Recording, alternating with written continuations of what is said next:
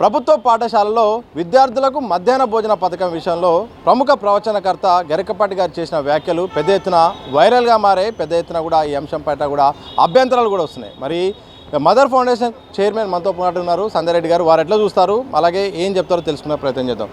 మధ్యాహ్న భోజనం అనేది విద్యార్థులకు అవసరమా? పెళ్లి కొడుకులాగా కూర్చోబెడితే ఇక చదువు ఎలా చదువుతాడని కూడా గరికపాటి గారు అంటున్నారు. చెప్తున్నా తమ్మి, గరికపాటి నరసింహన్ మతిస్థిమితం కోల్పోయిండు. గతంలో ఆయన ప్రవచనాలు నీతులు ఓన్లీ స్టేజీల వరకు అనేది అర్థమైంది. నిజంగా చాలా గొప్ప వ్యక్తి అనుకున్నాం, కానీ ఇంత చీప్ మెంటాలిటీ నాకు తెలియదు. వెరీ చీప్ అంటే చీప్లో చీప్. అసలు మైండ్ దొబ్బిందో మతిస్థిమితం కోల్పోయిందో అర్థం కావట్లేదు. ఏమయ్యా, నీ పిల్లం అత్తగారు ఇచ్చిన సొమ్ము ఏమైనా రాసిస్తున్నావా బీద పిల్లలకు? లేకపోతే నీ వచ్చే జీతంలోకి ఏమైనా రాసిస్తున్నావా? నీ ఆస్తులకి ఏమైనా ఇస్తున్నావా? ఏమైనా బుద్ధి ఉన్నా అదయ్యా నీకు? ఒక సామాజిక కర్తవి, ఒక గవర్నమెంట్లో నువ్వు పనిచేస్తున్నావు. ఇప్పుడు చిన్నపిల్లల గురించి ఎందుకు తిడుతున్నావు తెలుసా? ఇవి చిన్నపిల్లలని నువ్వు శోభనం పెళ్లి కొడుకులు అన్నావు చూడు, నువ్వు శోభనం పెళ్లి కొడుకు లాగా ఉంటావు. అట్లా ముస్తాబాయి కూర్చొని ప్రవచనాలు చెప్తావు. సిగ్గుండాలే కొంచెం అన్నా. ఇంకా మాట్లాడవచ్చు, కానీ మీ వయసుకి నేను గౌరవిస్తున్నా. ఎందుకంటే ప్రభుత్వంలో చదువుకునే పిల్లలు బిలో పవర్టీ వాళ్ళు ఉంటారు. వాళ్ళు పొట్ట కూటి కోసం పొట్ట మీద కొడితే నేను ఊరుకోను. ఇది ఒక ఫౌండేషన్ ట్రస్ట్ చైర్పర్సన్గా చెప్తున్నా. నేను ఎంతమంది చైల్డ్ లైన్ డిపార్ట్మెంట్లో నేను వర్క్ చేసిన. డ్రాప్ అవుట్ చిల్డ్రన్స్ వాళ్ళ కుటుంబాలు ఏందో తెలుసు. నువ్వు ఆ ఏసీలకి వెళ్ళి బయటికి రా, కార్ దిగి వచ్చేసి ఒక్కొక్క గుడిసె దగ్గరికి, ఒక్కొక్క ఇంటి దగ్గరకు పోయి తలుపు కొట్టి చూడు వాళ్ళ పరిస్థితులు ఎట్లా ఉన్నాయి అనేది. ఏమయ్యా, నువ్వు సూక్తి చెప్పినవి ఒకటి, అన్ని దానాల కన్నా గొప్ప దానం అన్నదానం అని. మరి అన్నదానం గొప్పదానం అన్నోడు నీకు వర్తించదా? ఇవాళ అన్నం పెడితే కాకులు పడుచుకుంటున్నావా అంటే కాదు. గవర్నమెంట్ బాధ్యత, పిల్లల హక్కు. తెలుసా నీకు ఈ విషయం? ప్రజలంటే ఎవరు? ప్రభుత్వం. ప్రభుత్వం అంటే ఎవరు? ప్రజలు. గుర్తుపెట్టుకో. ఎవడింట్లోకి వెళ్ళి ఎవడిస్తలేడు, నీ ఇంట్లోకి వెళ్ళి ఏం తీసిస్తలేవు. సిగ్గుండాల కొంచెం అన్నా. ఏంది ఇంకో మాట ఏమన్నావు అయ్యా? గాడిద గుడ్డు గురించి ముందు నువ్వు తెలుసుకో. మధ్యాహ్న భోజనంలో కోడిగుడ్డు అనేది పిల్లలకు అవసరమా అని చెప్పారు. అవసరమే. పిల్లలు అడగల. మొత్తం దేశవ్యాప్తంగా సర్వే చేస్తే ఇవాళ పిల్లలు పౌష్టికాహారంతో ఇవాళ రక్తహీనతతో బాధపడుతున్నారు. వాళ్ళకి ప్రోటీన్స్ అందించాలి అని చెప్పేసి ఇవాళ గుడ్డు అనేది ఇవాళ పిల్లలకి ఇవ్వడం జరిగింది. దాని గురించి అంగీత జ్ఞానం కూడా నీకు లేదు. పిల్లలు తినే గుడ్డు గురించి కూడా మాట్లాడి నీ గుండు మీద కొట్టాలి గుడ్లు. సిగ్గుండాలి కొంచెమన్నా. ఏం మాట్లాడుతున్నావయ్యా? మతి స్థిమితం ఉండే మాట్లాడుతున్నావా? ఇవాళ రా, ఒక్కొక్క స్కూళ్ళల్లో పోయి ఒక్కొక్క పిల్ల గురించి కంటికి నీళ్ళు వస్తాయి వాళ్ళ చరిత్ర తెలుసుకుంటే. ఆకలి అవుతుంది అమ్మ అని అంటారు పిల్లలు. ఎందుకమ్మా అంటే, అమ్మ పొద్దున్న పని చేయనీకి పోయింది, ఇంట్లో అన్నం వండలేదు, స్కూల్లో పెడతారని వచ్చినామన్నారు. ఎంత బాధ అయ్యా! ఆ బాధను అర్థం చేసుకోవాలి మనం. తాటి చెట్లాగా పెరిగేసి కోట్లు సంపాదించుకొని ఏసీ రూమ్లలో కూర్చొని ప్రవచనాలు చెప్పంగానే కాదు, కిందోళ్ళు సప్పట్లు కొట్టంగానే కాదు, కిందికి దిగిరా, వచ్చి ఒక్కొక్క దగ్గర వచ్చి సర్వే చెయ్యి. ప్రభుత్వ పాఠశాలల పరిస్థితి ఇవాళ తెలంగాణ రాష్ట్రంలో రేవంత్ రెడ్డి గారు వచ్చే సంవత్సరం జూన్ నుంచి వాళ్ళకి పొద్దుటి పూట టిఫిన్ కూడా పెట్టాలంటున్నారు. ఎందుకు అంటున్నారు? పిల్లలు కడుపుతోని మాడొద్దు, అల్లాడొద్దు, పిల్లలకి భవిష్యత్తుని ఇవ్వాలి అని. వాళ్ళ భవిష్యత్తుని నాశనం చేయడానికే వచ్చినావు అయ్యా నువ్వు. గవర్నమెంట్ని నువ్వు ఇవాళ విమర్శించే స్థాయికి తీసుకొచ్చినావు. ఏం మాట్లాడుతున్నావు? ప్రవచనాలు చెప్పుకో, బాగుంటుంది, కానీ నీతులు సూక్తులు చెప్పడం కాదు. సూక్తులు చెప్పినవాడు దాన్ని పాటించాలి. నువ్వు అరవనువే కాదు అసలు. నిజంగా కూడా నువ్వు ఎక్కడుండి మాట్లాడుతున్నావు? సోయి ఉండే మాట్లాడినావా? సోయి ఉండే మాట్లాడినావు. సోయి లేక కాదు. ఎందుకు అంటే సోయి తప్పినోడు ఒక మాట మాట్లాడతాడు, నిమిషం మాట మాట్లాడాడు. ఎంత హేళనండి మీరు మాట్లాడుతుంటే. అక్కడ ఉన్న వాళ్ళు చప్పట్లు కొడుతుంటే రక్తం మలమల మారుతుంది. ప్రైవేట్ స్కూల్ పిల్లలు కార్లలో దింపుతారు, స్నాక్స్ ఇస్తారు, లెగ్ పీసులు పెడతారు, మటన్ కీమా పెడతారు, బూస్ట్ ఇస్తారు, టిఫిన్స్ పెడతారు. అలాంటి వాళ్ళకు బీద వాళ్ళని పోలిస్తావా? 54% ఉన్నారు తెలుసా దేశంలో. కడుపుకు అన్నం లేకుండా. అవునయ్యా, అన్నం కోసమే వస్తారు. ఏంటి నీకు? వాస్తవంగా చిన్నప్పుడు కూడా మనం గవర్నమెంట్ స్కూళ్ళలో చదువుకున్నప్పుడు స్కూళ్ళలో పెట్టే అన్నం మన ఇంట్లో పిల్లడు తినడు, స్కూల్లో అయితే అందరితో పాటు మంచిగా తింటారు అనే వాళ్ళు కూడా కొంతమంది ఉన్నారు. ఏదో రకంగా పిల్లగాడు అన్నం తినాలి. కడుపు మాడుస్తాం అయ్యా మనం. కోట్లు వజ్రాలు వైడీరాలు ఇస్తే ఎవడు హ్యాపీగా ఉండడు. కడుపు నిండి అన్నం పెడితే అన్నదాత సుఖీబావా అంటాడు. నువ్వే చెప్పినావు కదా ఈ సూక్తులు, మరి పాటించవా నువ్వు? ఇంత లాజిక్ ఎట్లా మర్చిపోయినావు నువ్వు?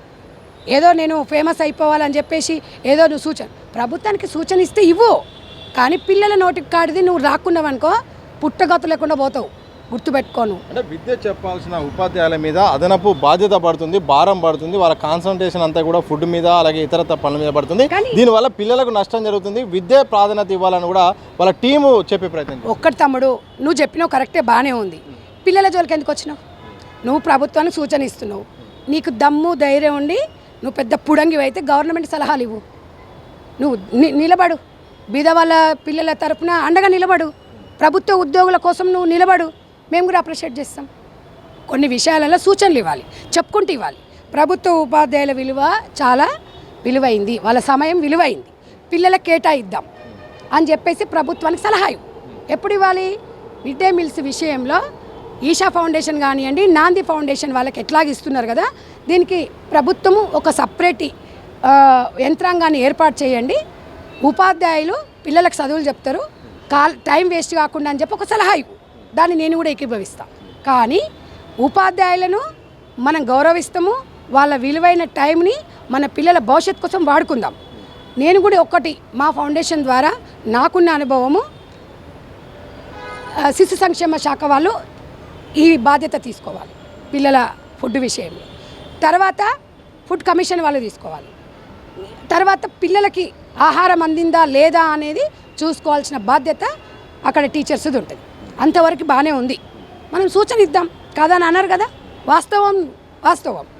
ఎందుకంటే 1 అవర్ టైం వేస్ట్ అయిందనుకో, పిల్లలకు చెప్పే పాఠాలు కోల్పోతున్నామని అలా చెప్పుకోవాలి. కానీ పిల్లల మీద ఎగతాళి చేసుకుంటూ శోభనం పెళ్లి కొడుకు గాడిది గుడ్డు అంటే, చిన్నపిల్లల నోటి కాడిది తీసుకున్నామంటే మనం ఉండే ఎందుకండి? తల్లిదండ్రులుగా బతికి మన లాభం ఏముంది చెప్పండి?